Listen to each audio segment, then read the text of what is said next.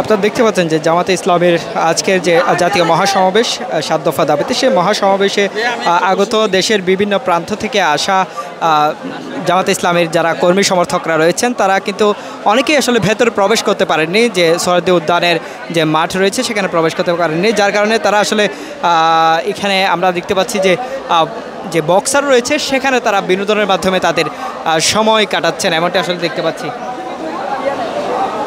আসলে আপনি কোথেকে এসেছিলেন? জি, আমি আসছি পুরান ঢাকা থেকে। বক্সার খেলছেন তো এসেছেন তো জামাত ইসলামের? জি জি, এখন নামাজ পড়ছিলাম তো এদিক দিয়ে যাইতেছি, তারপরে দেখলাম বক্সার, তারপরে একটা ঢুকেলে গেলাম বক্সার। এই জি, না সমাবেশে থাকা উচিত, এখানে না। এখন চলে যাবো সমাবেশে। এখানে অনেকেই আসলে যারা মহাসমাবেশে এসেছেন তাদের বেশিরভাগই আসলে ভেতরে প্রবেশ করতে না পারায় অনেকে সড়কে অবস্থান নিয়েছেন, এবং সড়কে অবস্থান নেওয়া এই সকল কর্মী সমর্থকেরা বিভিন্ন বিনোদনের মাধ্যমে তাদের সময়টুকু পার করছেন, যেটি আমরা দেখতে পাচ্ছি। সবাই দিচ্ছে, তার কারণে আমার হাউস একটা মাল মারছি পুরান ঢাকাতে। সমাবেশে ভেতরে অবস্থান না করে বাইরে আসলে বক্সার খেলাটা এটা কতটুকু উচিত?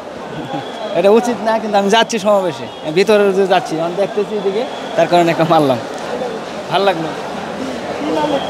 আসলে যেমনটি বলছিলেন তাদের অনেকের আসলে সময় কাটানোর জন্য এই বিনোদনের স্পটগুলোতে তারা ঘুরে দেখছেন, এবং জায়গায় জায়গায় যেখানে যেখানে আসলে এই বিনোদনের স্পটগুলো রয়েছে সেখানে তারা একটু ঘুরে দেখার চেষ্টা করছেন। আমরা দেখতে পাচ্ছি যে বক্সারের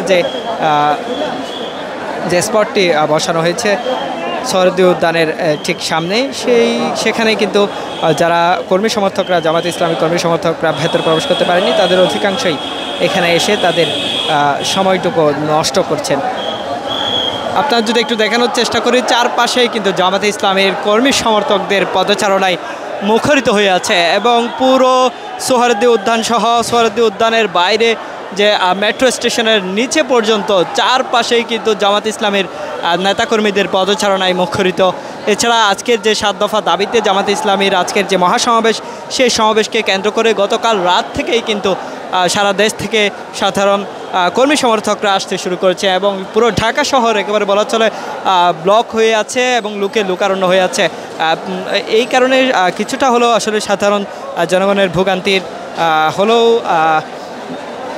জামাত ইসলামের পক্ষ থেকে কিন্তু ক্ষমা চাওয়া হয়েছে, অগ্রিম ক্ষমা প্রার্থনা করা হয়েছে। এবং আমরা যেটি মূলত আপনাদের দেখানোর চেষ্টা করছি যে এই জামাত ইসলামের আজকের এই সমাবেশে একটি বক্সার বসানো হয়েছে, যেখানে আসলে কর্মী সমর্থকরা যারা ভেতরে ভেতরে প্রবেশ করতে পারেনি এবং সমাবেশের আনুষ্ঠানিকতায় প্রবেশ করতে পারেনি, তারা এখানে এসে বক্সার খেলছেন।